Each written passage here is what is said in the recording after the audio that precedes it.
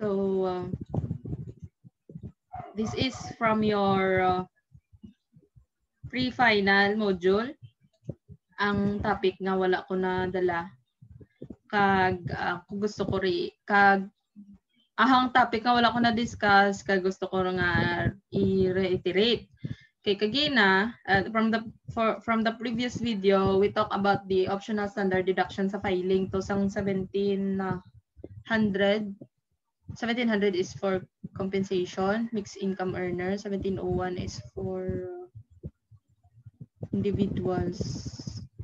1700 is for purely compensation income. 1701 is for mixed income earners. Okay. Tong ma-avail ka sang 40% optional standard deduction. So there is a rule for that. So OSD may be availed by individual if that individual is self-employed and corporate taxpayers in lieu of the itemized deduction. So instead of having itemized deductions, no, to avail itemized deductions, amo to siya ang breakdown gid sang imong mga expenses bala mga allowable deductions mo. You opt to have a 40% optional standard deduction that's applicable for individuals who are self-employed and for non-individual taxpayers, no, for corporations, no, pwede na nila ma-avail ang 40%. So for individual or self-employed taxpayers, the OSD is 40% of gross sales of receipts, and for corporations, the OSD is 40% of the gross income. Okay. So no deduction shall be allowed to individual taxpayers earning compensation income kay nga ang allowable tada nga deduction is only itemized. Only itemized. Sorry, gid class kay nga ako ni do ari di sa sulod kasabad sa iya. And no deductions. Okay, tapos na. And those who opted to be taxed at 8% income tax rate on their income from business or practice of profession. So if nag-opt siya into 8%, no, sang iyang gross income, amo nang iyang bayaran na as tax, no, final rate na siya, final tax na ang 8%. So hindi na siya ka-avail sang 40% nga rate. Kaya nga si 40%, that will be your deduction from gross sales less OSD mga 40%, which is gross sales or gross receipts more gross sales times 40% less amo na sang imong taxable income. Si 8%, yes, you directly multiply it to your gross sales or receipts. So that will be your income tax payable. Okay, so for example, 1 million imo gross sales or receipts. If you opt to have OSD, so 1 million less 40% times 40%, it's 400,000. So 1 million less 400,000 equals 600,000, your taxable income, which will be subjected to either taxable, amo na sa ang 8% naman niya is gina-multiply ta ang aton nga para makuha ta aton income tax payable, 8% ang aton na gina-multiply direct saya. So it's like a final rate na bala, no, instead nga i-itemize or instead nga ma-tax table ka to compute your income tax payable, you opt to have 8% income tax rate nga gingamit. So, if magamit ka 8%, di ka ka-avail sang OSD. Okay? Kung you are purely compensation income earner, di ka man kagamit sang OSD. Kaya nga, itemized deduction lang ginada ang available or ang applicable sa compensation income naton. No, unless the taxpayer who is taxable under the graduated income tax rate signifies in the income tax return the intention to elect the OSD, it shall be considered as having availed of the itemized deduction.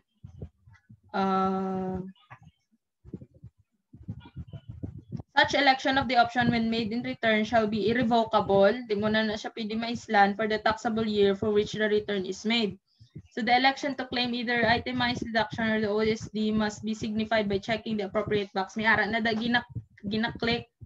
Now, if you have the income tax return there sa inyong tubangan, may ara na da atong may gina-X ko da, it's either itemized or 8%. I think sa example ta is may itemized, may tax table siya and tax table iya nga compensation kay wala man sa choice.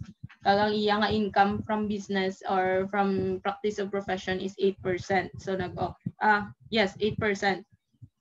8% iya gingamit. Okay, check ko ba. 8%. Ay, gin-close ko. Dali lang gid class. I think 8%, I want to confirm 8% din siya gina-multiply.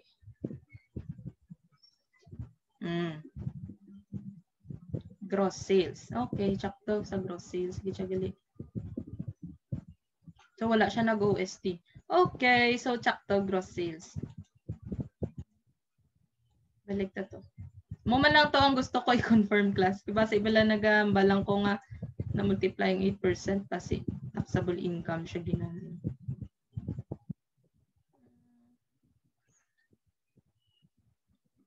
Tax payable, i-discuss ko man sa class. Galing kay the original, may original nga ginpilapan gid pa lang income tax return. I think naupod sa distribution. So ato lang to kay Sir Sam.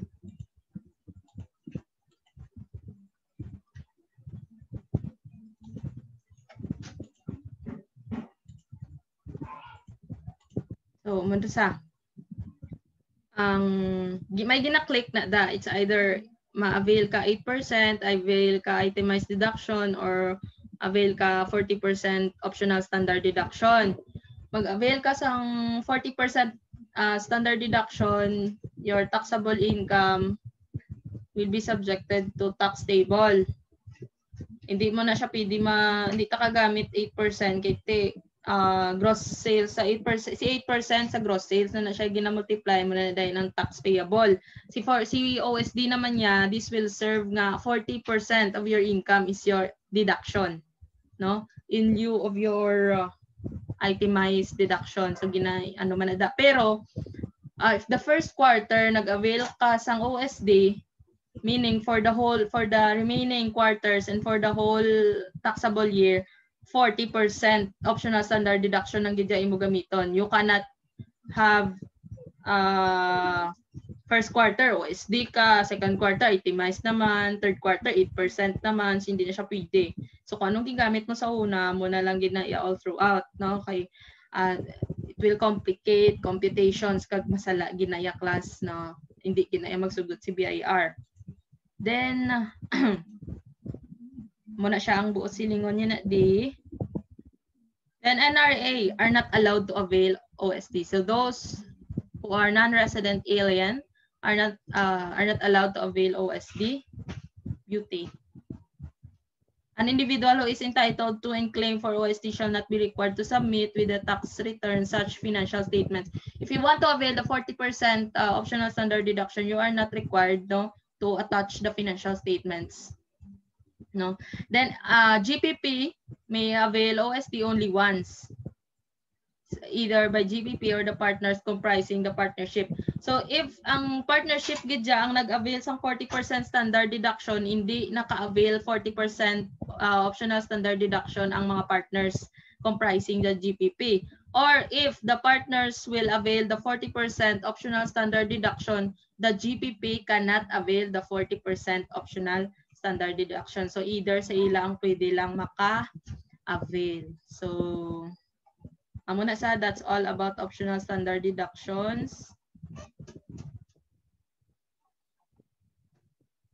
Okay. Sige, balik na sa babaw. You have gross income. So your gross income means all income derived from whatever source. Would it be legal or illegal? No? That constitutes your gross income. Kay si BIR ya, importante ya makakolek sa imo. No? So it depends on you as a taxpayer of if you will declare your illegal income, mga sale from mga illegal drugs, mga and other illegal activities. So it will be in your gross income. So depende paano mo na siya gina-declare nga hindi ka mapriso. So far wala pa man kay medyo delikado na class nga mag-amo sina you are engaging into a client nga amo sina. Now before you accept, before you engage yourselves into clients nga nagpa-file sa imo nga duwa-duwa ang credibility better if hindi sugod pa lang hindi ka na mag-engage na sila or mag-connect sa ila kay your license will be compromised. Okay, so make sure gid nga you accept clients that are legit and legal. Their income is from legal sources. Okay, so consist na siya mo na siya mga items nga consist no? Basta all income, all receipts, no, compensation, services, fees, sales, basta mga kung diin naka-benefit ka, that will constitute your gross income. So what are those exclusions from gross income? So not all receipts will constitute gross income. Not to correct what I've said before a while ago na all receipts will go. No, not all of your receipts will go to your gross income. Kay may ara taya exclusions from gross income. Go ko lang nakita. So the following items shall not be included in your gross income and shall be exempt from income tax. Proceeds of life insurance, policies paid to the heirs or beneficiaries upon the death of the insured. So kung may insurance policy na ang napatay, of course, ang insurance company will grant proceeds pala sang life insurance to sang deads na kag ang syempre makadto hindi na makadto sa deads kundi man na madala ang kwarta, so makadto na sa heirs or beneficiaries, whether in a single sum or otherwise, but if such amounts are held by the insurer under an agreement to pay interest thereon, the interest payment shall be included in the gross income. So kung may interest na daiya, no, amo na saya ang masulod sa gross income, interest income mo. Next is the amount received by insured as return of premium. So return of premium, the amount received by the insured as a return of premiums paid by him under life insurance, endowment, or annuity contracts, either during the term of the maturity or the maturity of the term mentioned in the contract upon surrender of the contract. So premium yan ay ginbayad yan na previously, ginbalik lang sa iya, it will not go to your gross income. Kaya ginbalik lang na iya sa imo. Next is gifts, bequest, and devices. The value of property acquired by gift, bequest, device, or descent, hindi na siya included sa imo gross income. Income from such property, as well as gift, bequest, device, or descent of income from any property in cases of transfer of dividend, interest shall be included in the gross income. Ang mga ginpang regalo sa imo, na bequest and devices, kung nag-earn ina income, ang income sinaiya sa amo nga property is included in your gross income. What is the difference of bequest and devices? Ang bequest, I think nalipat ko na sa tax na sa class. Gani, tax man gani di subong. The act of giving or leaving something by will, the act of bequeathing, okay, bequest. Something given or left by will or transmitted from the past. So bequest are those property nga nabilin sang napatay, bequest. Devices, so nag-learn man ta new words. Char, new words. Di siya word. Wala lang na, no? To form naman ba new combination? A will or clause of disposing real property. Mga real properties. Devices is those are real properties. I think bequest are nabilin sang napatay nga movable siya. I think, I'm not sure. Ang devices naman niya, those property nga nabilin sang napatay nga immovable or real property. Mga duta, no. Then, compensation for injuries or sickness. Amounts received through accident or health insurance as compensation for personal injuries or sickness, plus the amounts of any damages received on account of such injury. Hindi na siya mag-include sa mga gross income. No, na manabaton mo pero hindi siya gross income nga i-subject mo to tax. Then income is exempt under treaty and retirement benefits, pensions, and gratuities. So, kung gross income, something nga daw nag-effort ka muna sa kung ginhatag lang sa imo, it will not be subjected to it will not be included in your gross income. So, we have your conditions for the retirement benefits and pensions and gratuities. The retiring official or employee has been in service of the same employer for at least 10 years. So, kung retirement benefit yan na nabaton niya sa company nga ginserbisyohan niya for more than 10 years, so it will not be included in the gross income. Otherwise, hindi na otherwise include na sa gross income. Then is not less than 50 years of age at the time of his retirement.